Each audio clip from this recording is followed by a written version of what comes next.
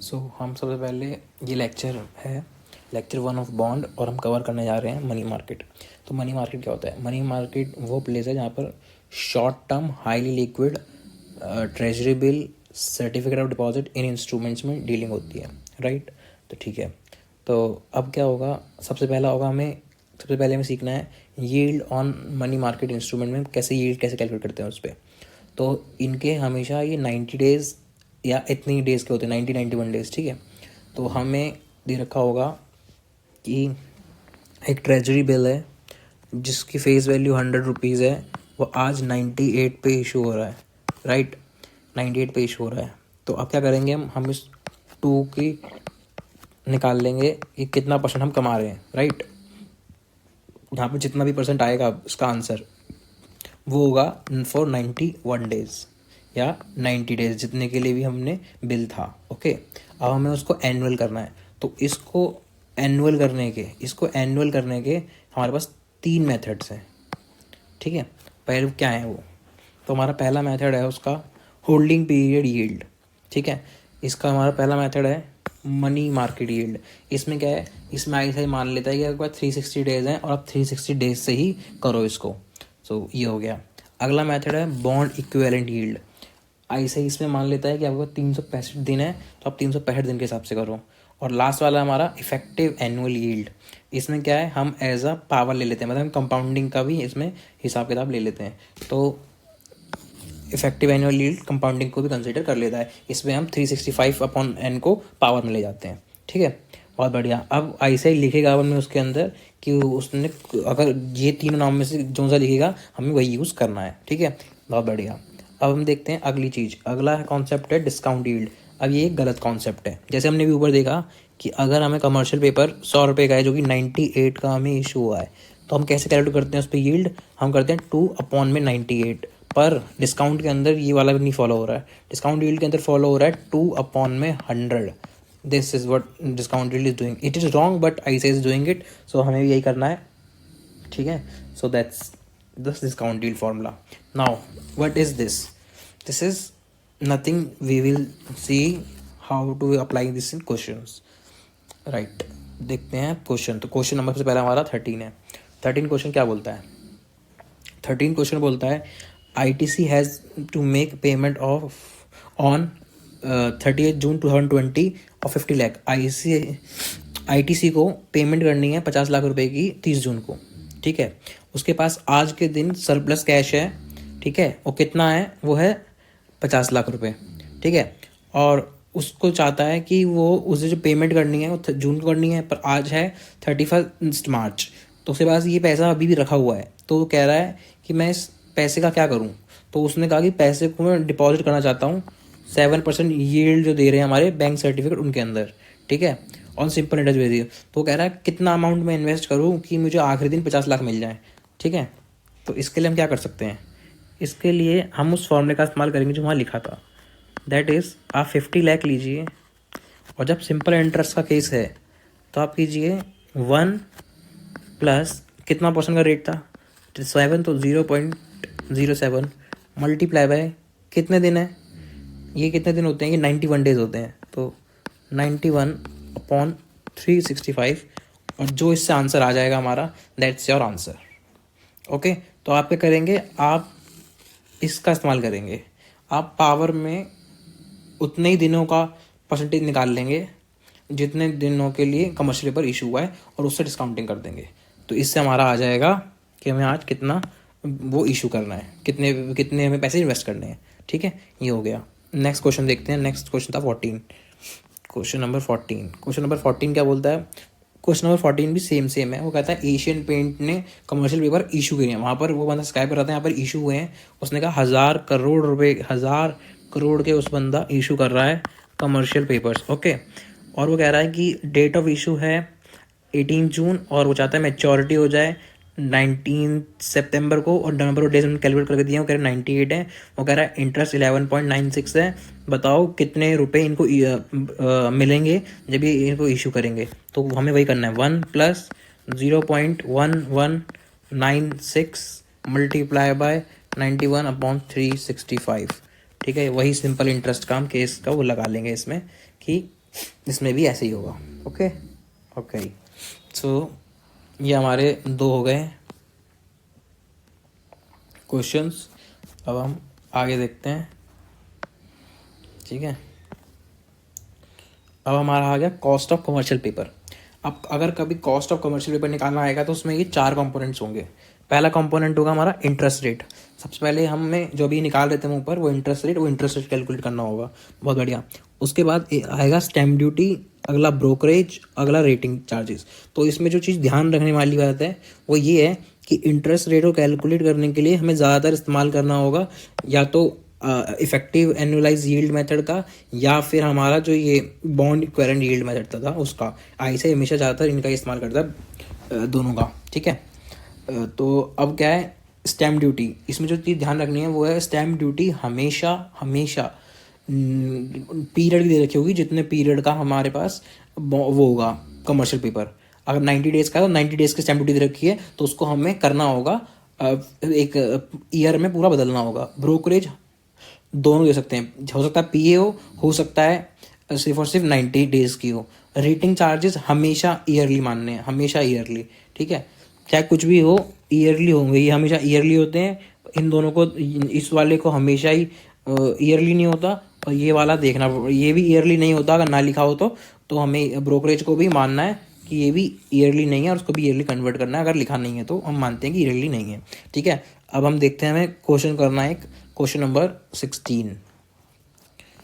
Let's see question number 16। तो question number 16 ये रहा। ओके, अब ये क्वेश्चन क्या बोलता है? ये क्वेश्चन हमें बोलता है, ये मिटा देते हैं। क्वेश्चन ये क्या बोलता है? ये क्वेश्चन हमें बोलता है, कहता है कि HUL है, वो प्लान कर रही है CP इशू का। वो कहती है इशू प्राइस ऑफ CP होगा 96,920।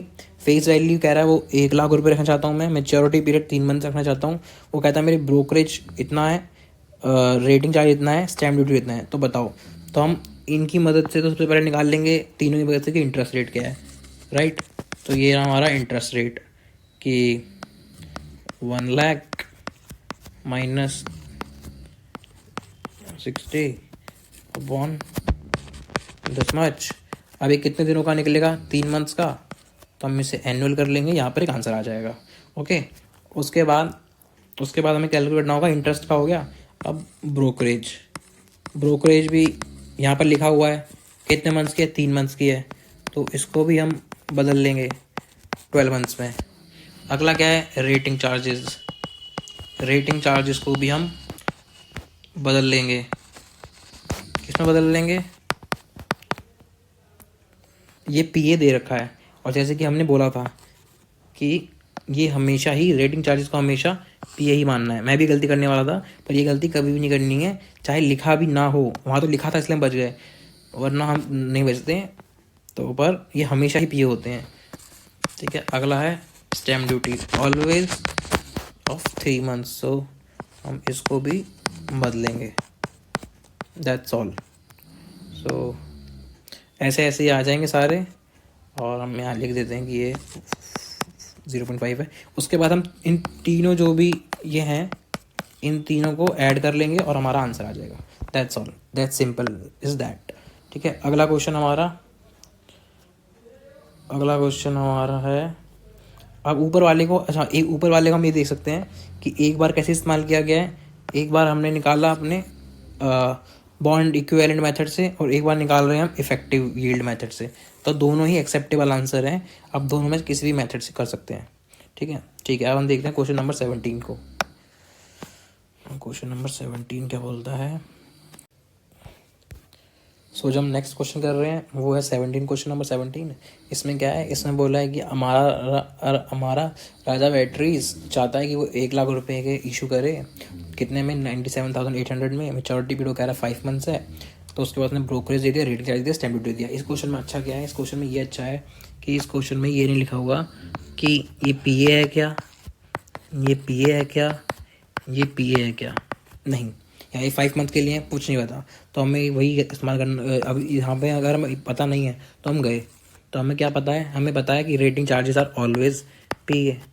ये वाला जब नहीं लिखा तो 5 मंथ्स के लिए, ये वाला नहीं लिखा तो 5 मंथ्स के लिए, तो हम इसका इस्तेमाल करेंगे और इससे हमारा निकल जाएगा आंसर। ठीक है, तो अब देखते हैं आंसर कैसे निकला है।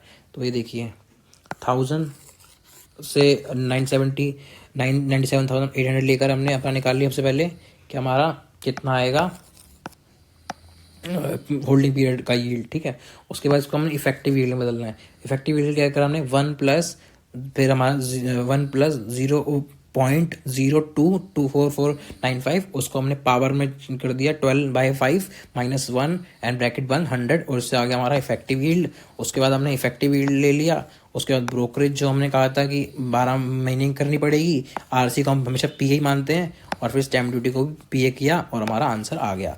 Simple as that. बहुत ही सिंपल क्वेश्चन था, बस एक चीज़ अच्छी थी। नेक्स्ट क्वेश्चन कौन सा हमारा? नेक्स्ट क्वेश्चन है हमारा question number 18। So question number 18 क्या बोलता है? क्वेश्चन नंबर 18 हमें बोलता है कि क्वेश्चन नंबर 18 बोलता है हमको, कहता है कि आरबीआई सोल्ड कर रहा है 95 डे टी बिल और फेस वैल्यू 100 जिसका यील्ड 5% है। What is the issue price? तो इशू प्राइस क्या होगा? हम इसको भी वैसे ही करेंगे 100 1 प्लस 0.05, ठीक है, 91,365। That's all, that's your answer. Now next question is, देख लीजिए ये है answer and this is your answer. ठीक है, this is your answer. Now next question is 19th। Question number 19 क्या बोलता है? क्वेश्चन नंबर 19 बोलता है कोफोर्ज एक कंपनी है, कोफोर्ज कंपनी है, उसके बाद एक्सेस कैश है 25 लाख रुपए का, जो वो चाहते हैं कि इन्वेस्ट कर दें हम शॉर्ट टर्म मार्केट सिक्योरिटीज़ में, जिसके लिए उनको एक्सपेंस लगेगा 40,000 रुपये। वो कह रहे हैं कि जहाँ वो इन्वेस्ट कर रहे हैं वहाँ पर उन्हें यील्ड मिलने वाला है 8.5% का।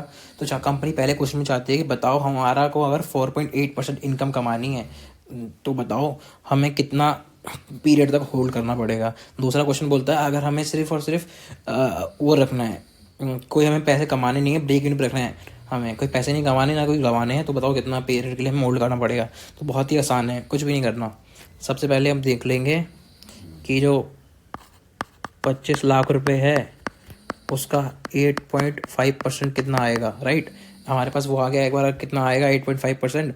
उसके बाद हम देख लेंगे हमें कितने कमाने हैं, हमें कमाने हैं 4.8%। तो देख लेंगे हम कि 4.8% कितना होता है, वो निकाल लेंगे, उसमें प्लस करेंगे 40,000 रुपये। ठीक है, यहाँ पर जो वैल्यू जिसे मैं ए मानता हूँ, यहाँ मानता हूँ वैल्यू बी आएगी करके। तो हमें क्या करना होगा, हमें करना होगा 12 divide by A multiply by B और ये हमारा आंसर आ जाएगा। Same goes for second question. यहाँ पर हमारा जो 12/a मल्टीप्लाई बी की जगह 40,000 रख देंगे और हमारा आंसर आ जाएगा। That's all, that's easy as that. Okay okay okay okay okay okay okay, come answer एक बार देख भी लेते हैं। तो ये रहा 25 लाख का 0. वो परसेंटेज निकाला, -40,000 किया, ठीक है, 9 मंथ्स आंसर आ गया। इसके बाद 2.26 मंथ्स आ गया एंड दैट्स ऑल। आपको ये तरीका फॉलो करना है, ये तरीका फॉलो कीजिए, जो मैंने बताया वो फॉलो कीजिए, दोनों ही सेम है।